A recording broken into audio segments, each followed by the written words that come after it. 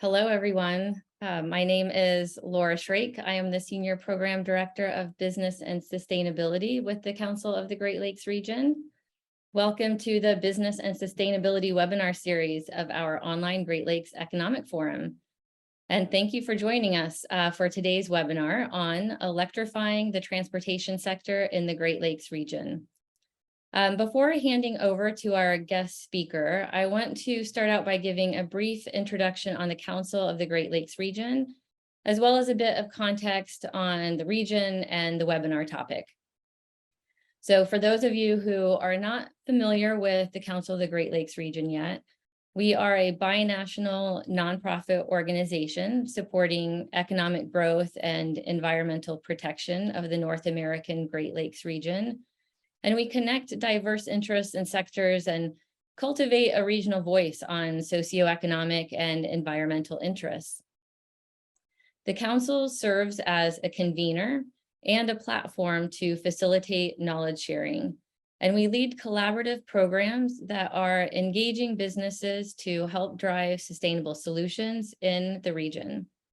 Programs that fall under our business and sustainability umbrella, all of which are binational and collaborative by design, address key topic areas important to the region like circular economy, decarbonization, and water stewardship.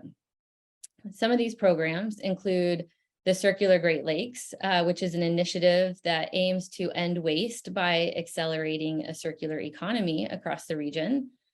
The Great Lakes Plastic Cleanup, which focuses on cleaning up the region's waterways and identifying the sources and pathways of the plastic pollution problem.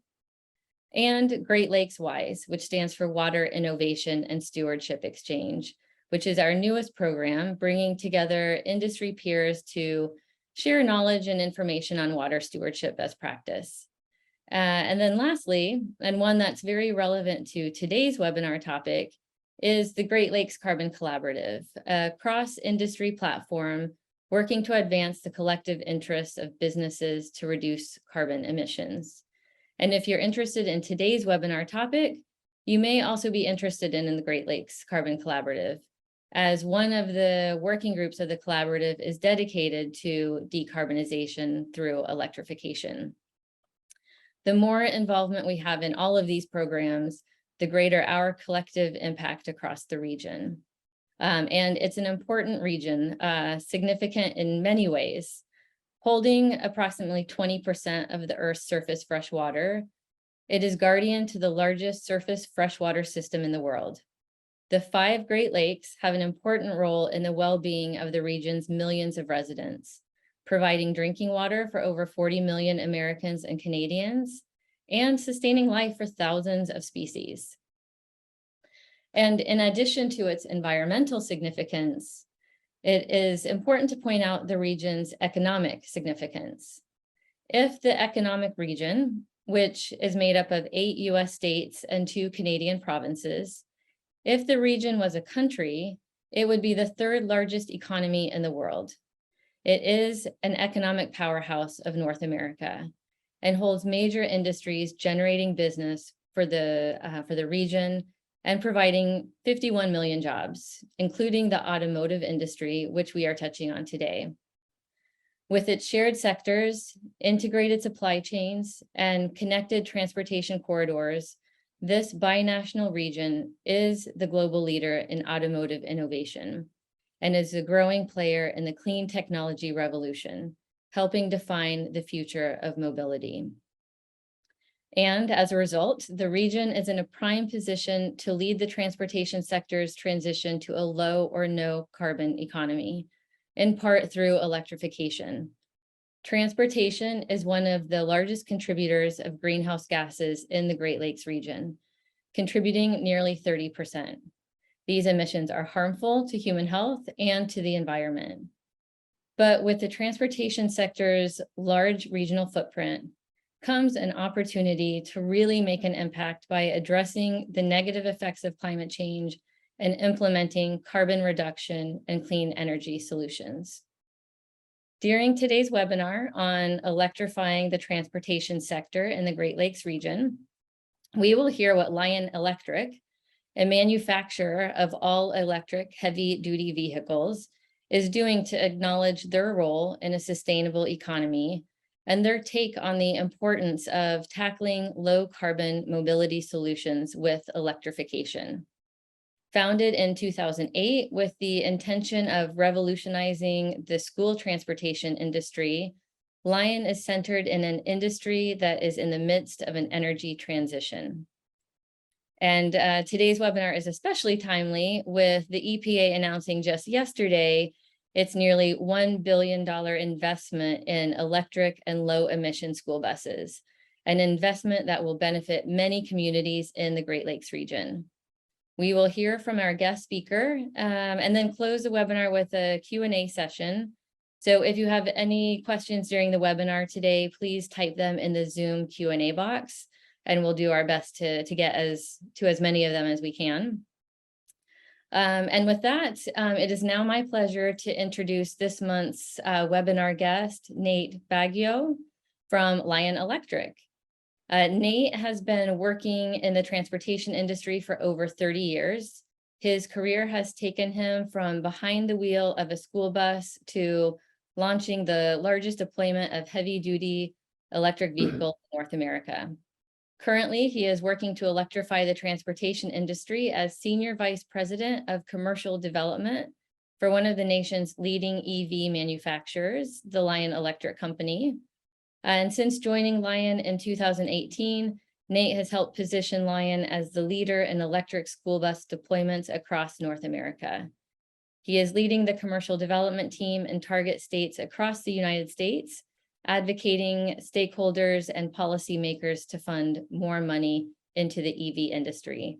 So Nate, thank you so much for being here with us. I'm really looking forward to your presentation, and I hand it over to you. Thank you, Laura, and you nailed my last name. That rarely happens, so thank you and for doing that. Hello, everybody. It's my pleasure to present to everybody here, and thank you for that wonderful introduction. One of the things I would tell you is this is about an exciting time in the transportation sector that we've seen in decades and decades. So it's great to be able to talk to you about this particular topic, and especially at this time. So, just to fill out a little bit more of my background, yeah, I started over 32 years ago in transportation, and my first job while I was a college student was actually driving a school bus route every day, and then I'd go to my classes in the middle of the day. Eventually evolved into being a fleet manager, and at one point was running 300 bus routes in the Los Angeles area. I've worked in light rail and subway systems, busing, trucking, but a lot of experience on the bus side. So not just someone that has looked to sell or grow a business, but I've been the guy there at 6 a.m. getting vehicles out of a transportation yard. And if you can imagine, maybe several of you have experienced this, being in a bus yard with 300 diesel vehicles all starting up at the same time, and what the air quality must be like in that kind of environment for the workers and people that manage fleets all over this country, including the Great Lakes region. Next slide. One of the things I want to talk about is really that this is happening. This is inevitable. We've had electric school buses taking kids to school since 2016. So, this is not an experiment. We are not a pilot program. The electrification of medium and heavy duty vehicles is happening. They're on the road, they're at work today, and things are moving very, very quickly. And when I say this is inevitable, when you look at the momentum that this is gaining, it's not because there's great salespeople out there or because the government wants us to do this. It's just a better way of transporting people and goods across our country, and especially the Great Lakes region. You can do it at a lower cost. You're not polluting. It has positive effects on climate change. And when you look at the geopolitical climate around, what fuels our economy and what fuels our vehicles, literally, it takes a lot of that volatility out of the equation when you're fueling your industry with local power that you control in your state, in your county, in some cases, where the local population knows who is fueling those vehicles and has control over that, rather than something overseas. So this is a better thing. This is better for supply chain. You have 10% of the parts in an electric vehicle than you do in a fossil fuel or a diesel bus, for example. There are a lot of reasons electrification makes sense. I'm going to talk a little bit about, basically because I know about this stuff, but what's happening in manufacturing? What are we going to do to build enough vehicles to make this make sense? It's not just a matter of building a vehicle. You got to charge it. You got to understand it. You've got to leverage the technology. So I'll talk a little bit about the EV ecosystem, how we facilitate that transition, and how we've just reimagined all of these amazing platforms that can handle the work today. Next slide. Electrification, I talked a little bit about some of the benefits, but transportation, just when you look at the grouping of greenhouse gases from different areas of how we live and work, a large chunk of this comes from transportation. This is one that is solvable. We can do this today. The vehicles work. The various industries that use heavy-duty vehicles understand that this is a viable business model. From a standpoint of total cost of ownership, the truck platforms already make sense. It's already a better financial situation to be in running EV than it is to continue running diesel. Right now, there are historic investments in making this change. People will talk about, well, they're expensive now, but what's driving that expense is just the volume of production. And once volume comes up, a lot of these grants won't even be necessary. There will need to be some modifications in the way vehicles are financed on the trucking side. On the school bus side, where you're running fewer miles, you're still operating, and I'll talk about a little bit more about this later, but a power plant on wheels. And there are other ways to commercialize electric vehicles. If you buy a diesel bus, it's good for one thing.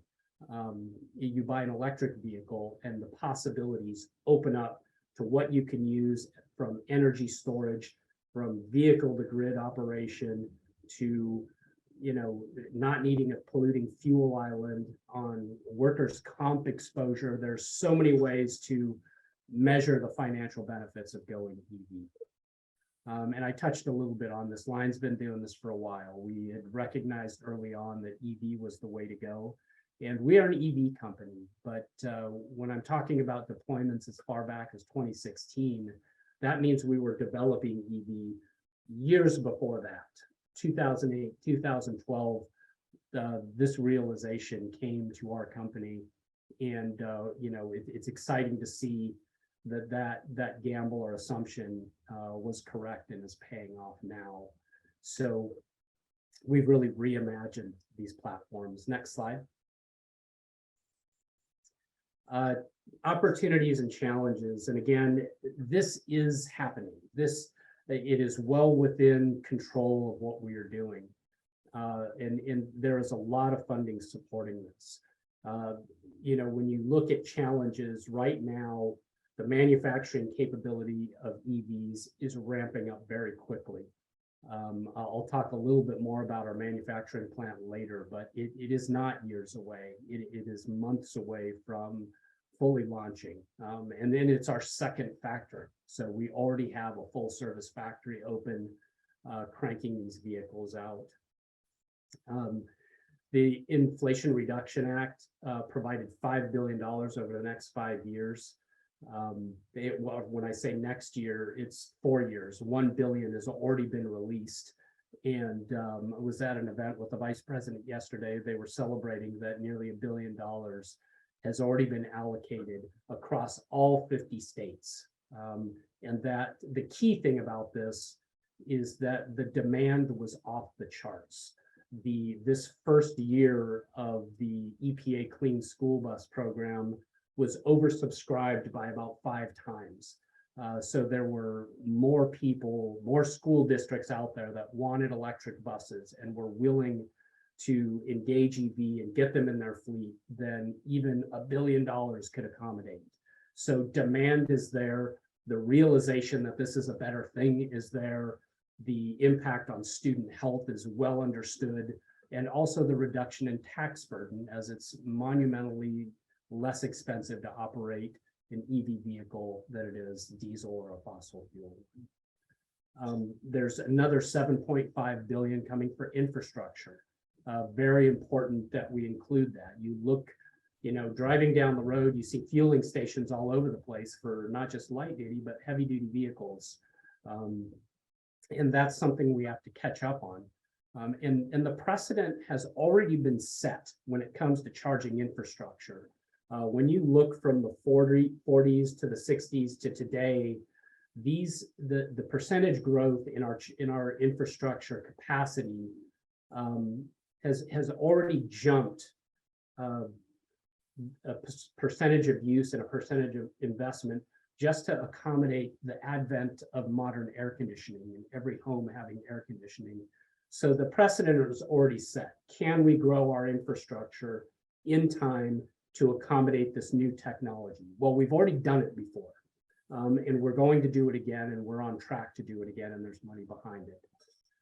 I talked a little bit about supply chain, fewer parts in an electric vehicle. And granted, we are going to have new parts. We're going to have to build batteries domestically. We're going to have to find critical minerals domestically. And we're also going to have a robust recycling plan so that we can recover these minerals and put them in new batteries. Next slide. The Great Lakes region, one of the things that we're seeing is every single one of the states in the Great Lakes region has a program to electrify trucks and buses. The focus is there. The assistance to fleets to make this historic change to EV is happening. And the Great Lakes region is a prime spot to do so, not only from the standpoint of it being a center of manufacturing, but also education and research.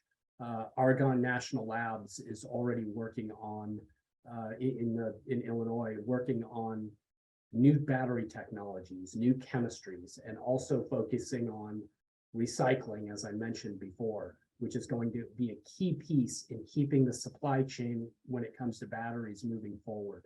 The planning for this is already happening, and the university system is now putting, engineering and environmental jobs that are going to support things. And the Great Lakes region is a prime example of having the resources that the industry is going to need, that Lion is going to need in order to advance these things.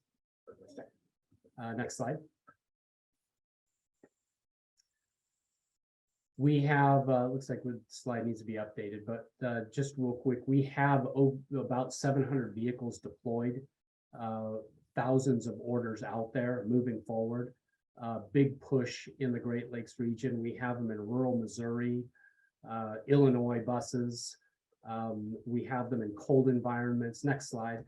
We're operating them in warm environments, and the EV platform is robust and is handling freezing temperatures. For those that don't know, our parent company is located in Quebec, in Canada, and I can tell you it gets really cold there. So school buses are handling the environment, the duty cycle that is necessary to get kids to school. And there was a study just released just days ago. Actually, it may not be released, but it will be the next couple of days out of Maine, where they were operating in frigid temperatures, and the buses performed, and they beat the diesel buses and the propane vehicles hands down in cost and performance. and also work environment and environment for the kids to be on the bus. It was quiet. They enjoyed using it. The drivers were skeptical, and now they love the bus, and they all want to drive it. So a lot of that is happening. As I mentioned before, I wanted to talk a little bit about manufacturing capacity, and then I'll use our own company, Lion, as the example. We are building a factory that is well underway, and it is going to be nearly 1 million square foot of manufacturing. This is not a rendering, that's the actual building and a shot inside.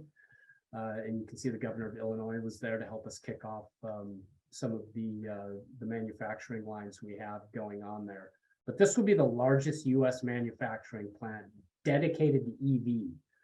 I don't think I said this before, but this is all we build. We're not distracted with propane, CNG, diesel, any of these other fuels. We are focused on zero emission, healthy vehicles, and this plant will be 100% dedicated to that. Once it is, to scale, it has the capacity to build 20,000 a year. So, a lot of the questions, and we had talked about, challenges and opportunities. Are we going to be able to build enough vehicles fast enough? And I can tell you the answer is yes. And we're not the only manufacturer. There are other companies building these. So when you look at truck fleets and school bus fleets that we're quickly trying to transition to benefit student health, it's coming and it is there. And we're already assembling vehicles there now. Next slide.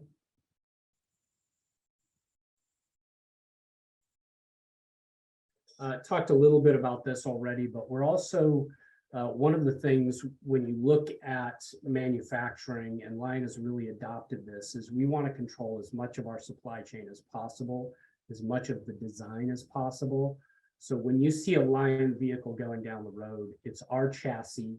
We're building this to be electric. We're designing this to be electric from the ground up. All of our vehicles are born to be electric, and they are designed as such. It is not backwards engineering, retrofitting vehicles that were designed to be fossil fuel and then putting electric components where they're fit. The efficiency is all ours. The software is ours. The charging software is ours. The vehicles are programmable. You can program to warm the vehicle slowly overnight. So when the driver comes in, they have a 70-degree cab to jump into. The kids have a warm bus to jump into. You can program the charging to do it every other day if that's what you need. So again, the companies that are going to thrive in this are building EV to be EV from the very beginning. Next slide. And part of that is we're building our own batteries as well. We have our own battery plant that has already assembled its first battery pack, and we'll be cranking out batteries early next year. I talked a little bit about the ecosystem.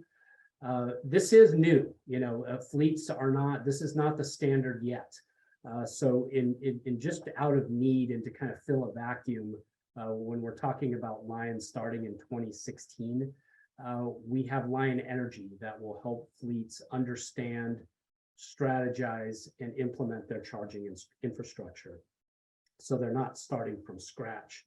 Lion Academy, people need to be trained on how to work on these vehicles. Even though there's a lot less maintenance, there's still maintenance, whether a vehicle needs it or whether it's mandated preventative maintenance.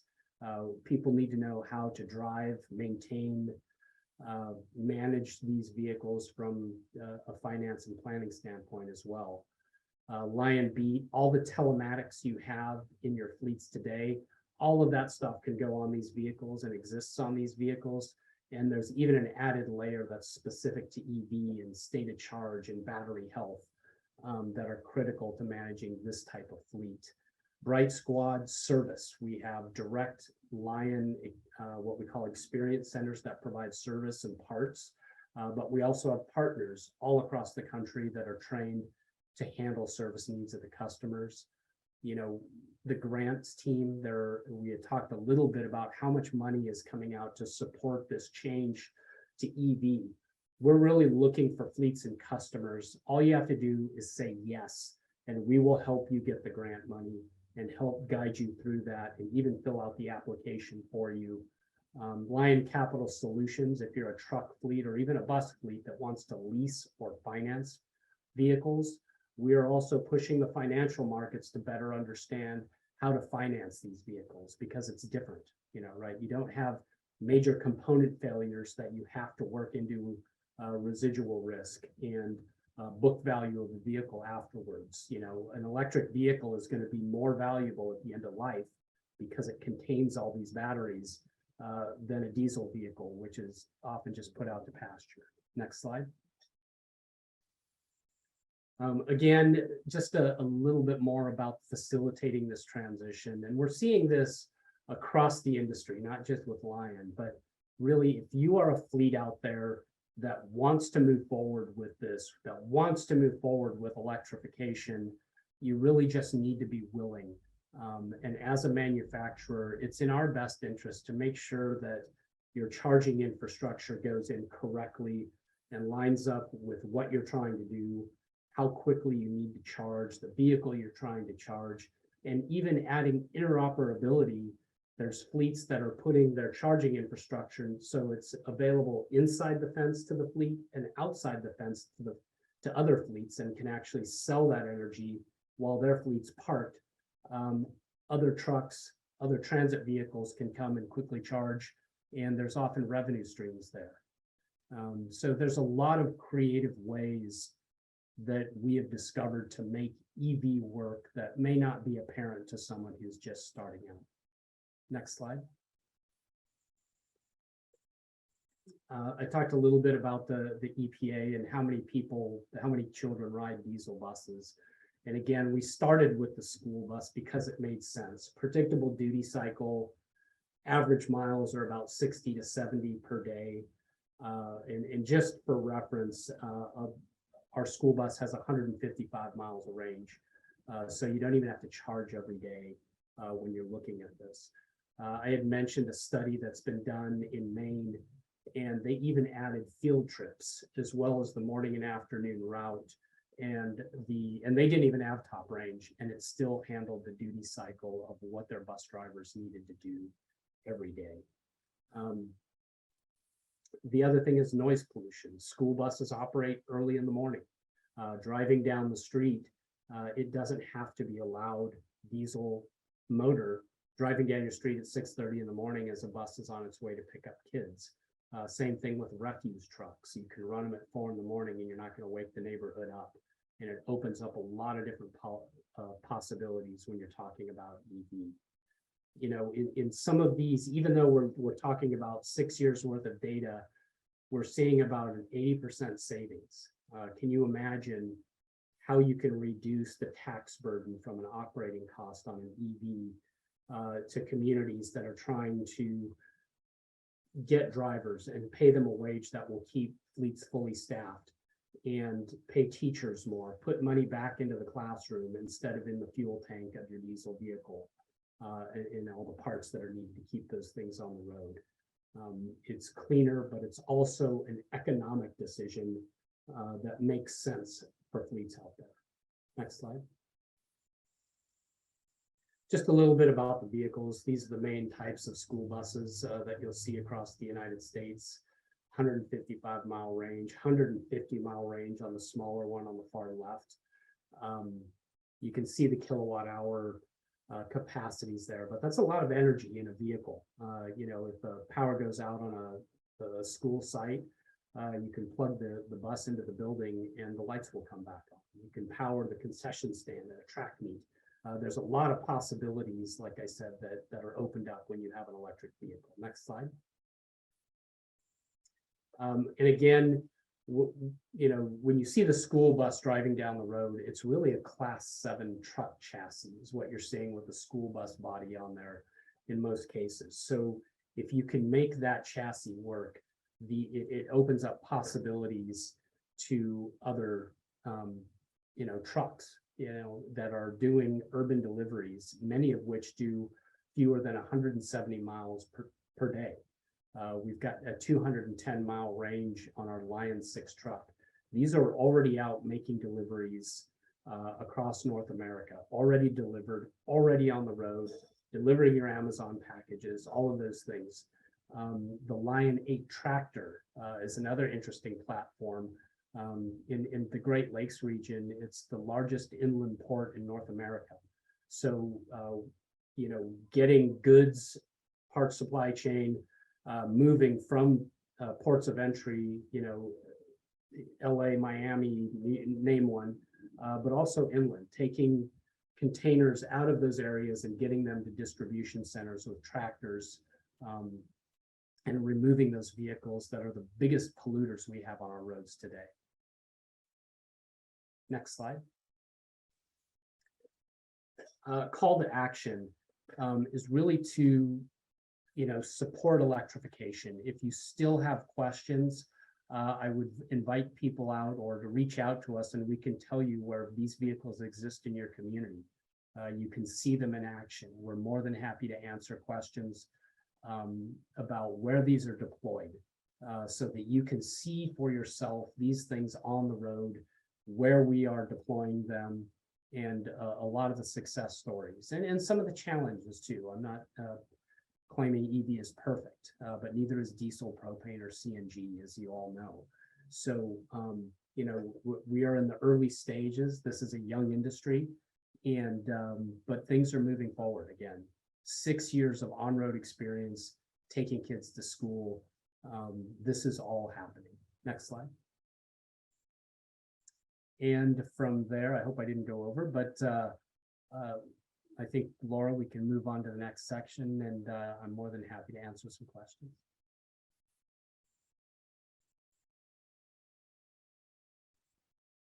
That's great, Nate. Thank you. Yeah, we have some questions that are coming in.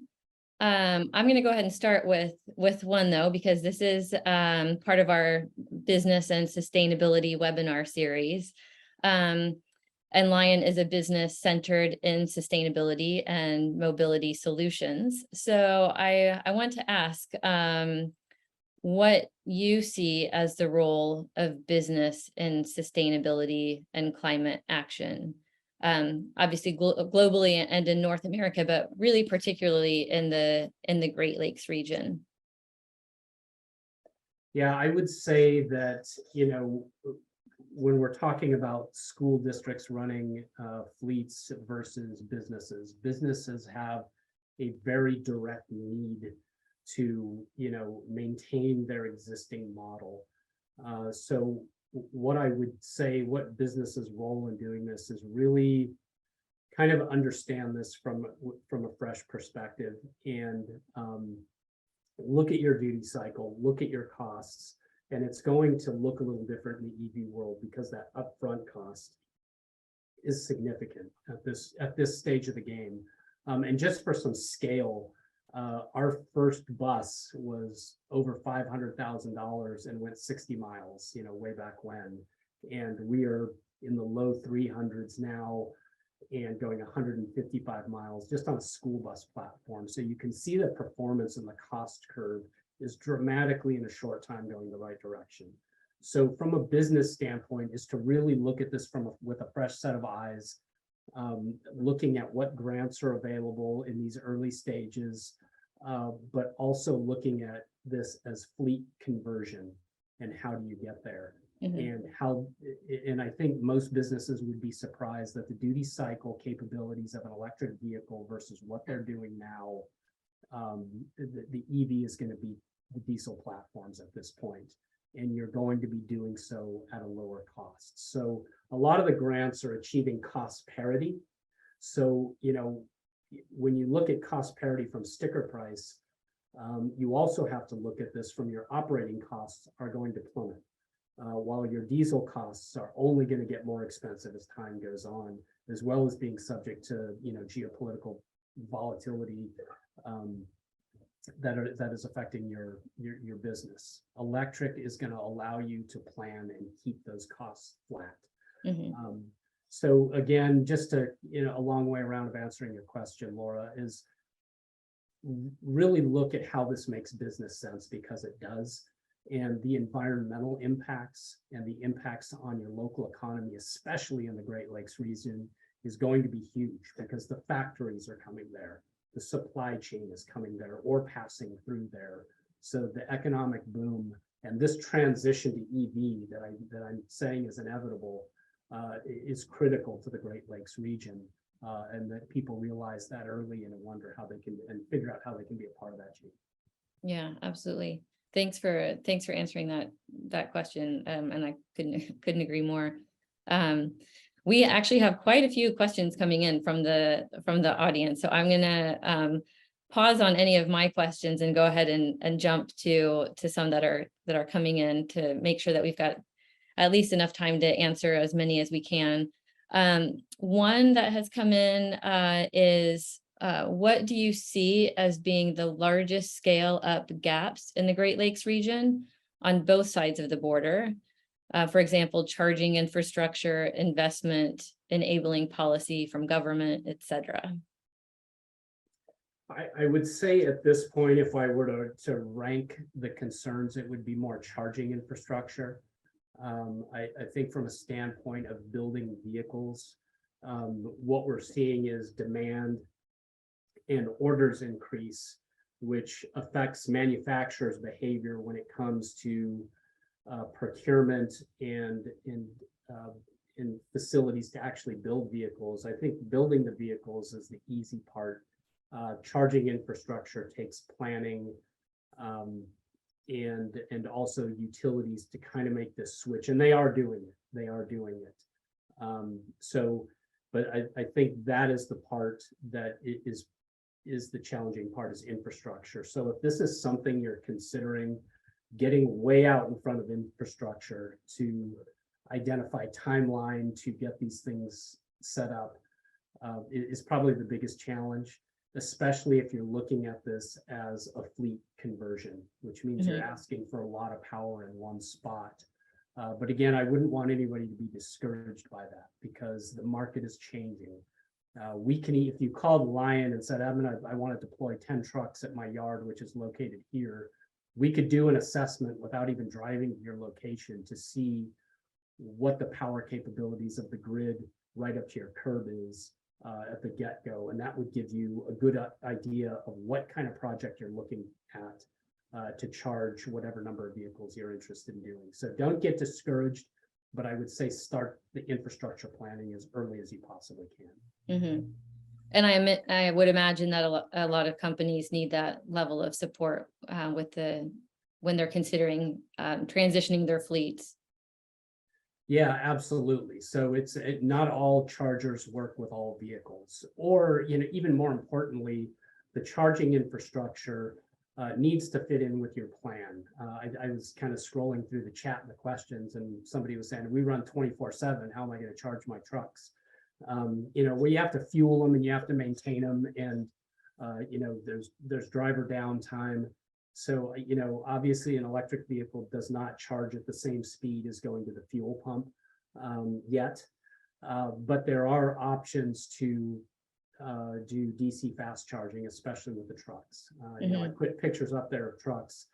Those all have DC fast charging as part of their charging infrastructure, which reduces that charge time.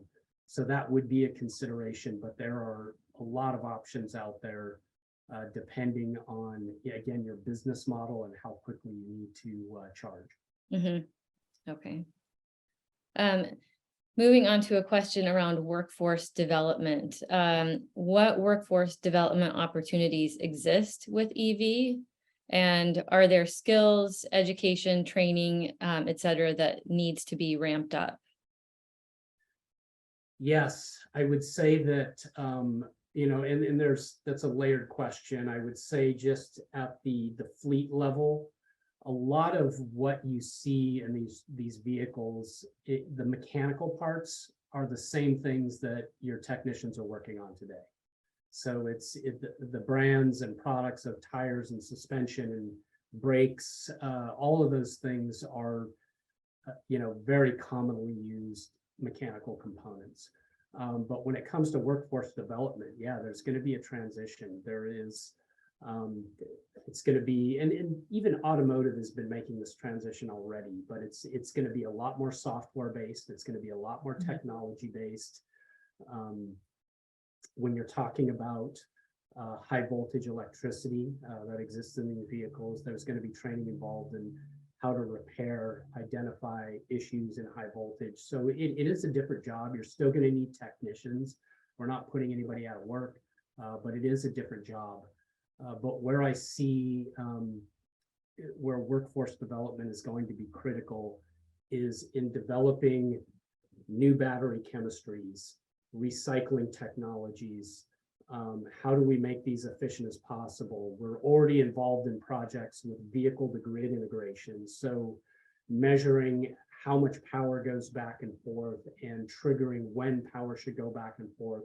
So if you're a fleet operator, you come into a fully fueled vehicle, also you're offsetting pull for the grid during peak use time. So there's a lot of new activities surrounding transportation where people aren't necessarily trained to do that. And again, this is an imagining. So it's, you know, it's not that there are clearly defined jobs out there completely. Some of these people have to imagine what the possibilities are with EV.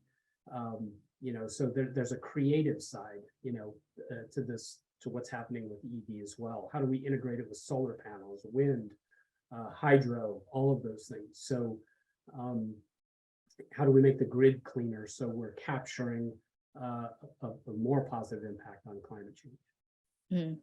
Certainly a lot of opportunities for research and R&D. Okay, so in terms of policies, one question is, are there policies in place that are making it difficult for Lion to enter the marketplace on either side of the border? And if yes, how do you see those changing? Yeah, did somebody from Lion submit that question? It's Yes. anonymous. Yeah, the answer is yes. I would say from a standpoint of support, you know, from policymakers, you know, everybody wants to do this, you know, and it's truly is a bipartisan issue from a standpoint of, you know, climate change all the way to national security. When you look at what this country spends to protect its oil interests overseas versus being able to control this in your own state.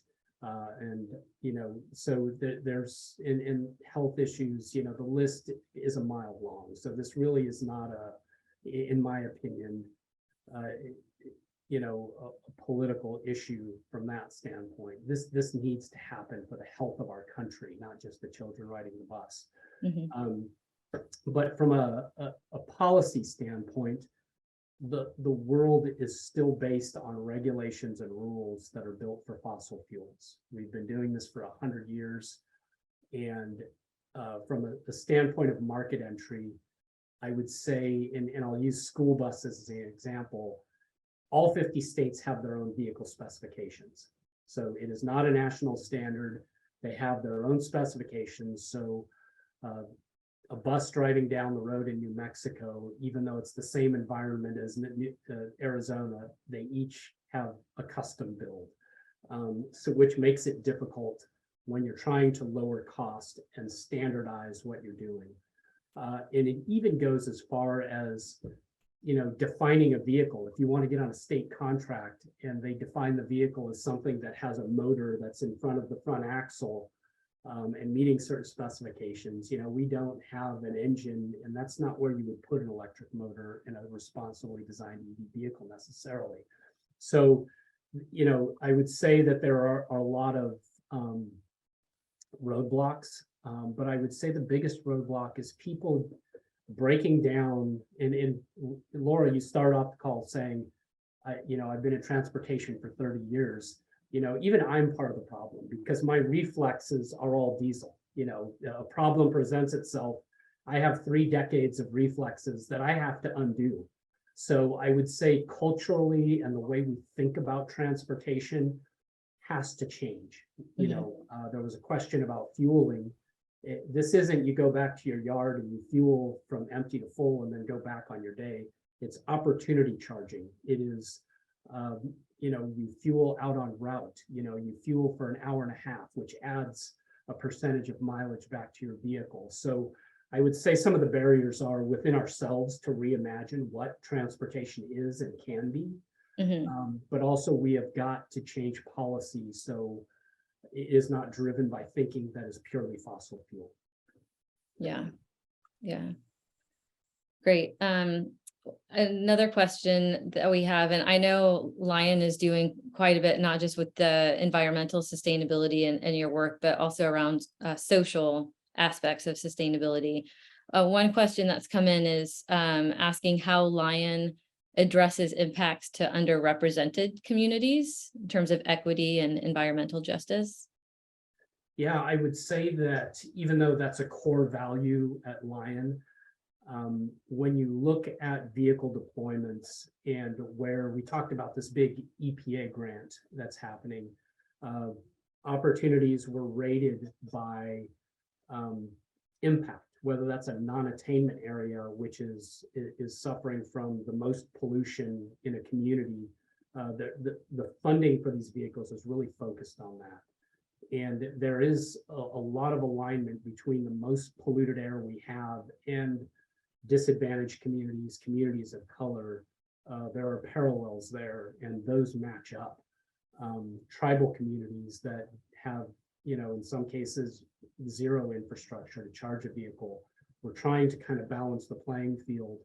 And I would say that a lot of the grants are focused on doing that. So at this stage of the game where, this is kind of a grant dependent industry in some regards, not all regards, but we're certainly chasing those grants. There's a lot of alignment and focus on underserved communities and where we need to get this. And also underserved communities have the oldest vehicles, which are the ones polluting even more than the newer ones. So, there's a lot of focus on that, not just by Lion, but by policymakers, communities, people fighting for these funds so that they are focused on areas of need. Mm-hmm. Yeah, and a lot of these areas don't have the time or the resources to find the grants and to write the proposals. So it's great that there's that support that's being offered to those communities. Absolutely, yeah. And again, we're a manufacturer and we're a business like a lot of the fleet folks that are on this call, and helping people with grants. And there's also a lot of them, and they're all different and they're all complicated and it's not easy. So helping people do that, helps our customers, but also helps us manufacture more vehicles and sell more vehicles and run a responsible business. Mm-hmm. Yeah. Well, I'm looking at the time, and I know that we've gone over the 45 minutes that we had allotted for the webinar, but if you're okay, we're not going to be able to get through all these questions. I'll go ahead and pick two more, and then I'll make note of the questions that have come through, and we'll see if we can maybe answer them separately by email after the webinar to show some appreciation to the attendees. But if you're okay with two more questions. I'm good. Yeah. Okay. So this one that's come through, let's see, you referenced trucking during your presentation. We know from the American Transportation Research Institute that electrification technology is not currently viable for long-haul trucking in particular. Can you describe your proposed solution to long-haul trucking? And I guess I would just say that I agree with that statement. When you're talking about, Class 8 tractors that need to go across multiple states, EV's not there yet, not yet. But when you look at a percentage, and the percentage is escaping me, but when you look at transportation from a trucking standpoint, what percentage is long haul trucking versus what trucks are used for from Class 5 to even Class 8 box or reefer units? The vast majority of trucks are not long haul. They are local, urban. Again, our tractor going from ports of entry to distribution centers, most of the trucks are used for things other than long haul. So I'd say that EV trucking is an absolutely critical and the major piece of turning the tide on truck pollution. But at this point, yeah, covering the mileage that the question asker is looking for, it's just not there yet. And I would say stay tuned. Because you see the speed at which EV is moving in our lifetime, And I would not be shocked that we see a solution for that moving forward. But right now, it's not there. Okay, great. And then the last question is, what do you see as Lion's greatest competitive advantage in the heavy duty EV space? And how do you plan on maintaining it moving forward? Sounds like a great question to end on. Yeah, that's great. I would say that the competitive advantages, and I talked a little bit about this, is we are not distracted with anything else. We are solely focused on this. This is all we do day in and day out. And granted, we are taking a huge risk financially from, just our business is focusing on EV and has been for many years. I hope our CEO is not on this call, but I remember seeing him before I worked for Lion years ago, and this guy with this EV bus, and I'm like, oh man, these guys are crazy. But as I got into it, and what I'm encouraging everybody on this call to do is really dive in and learn what this really is, because I'm one of those crazy people now, and it's you can see where this is headed.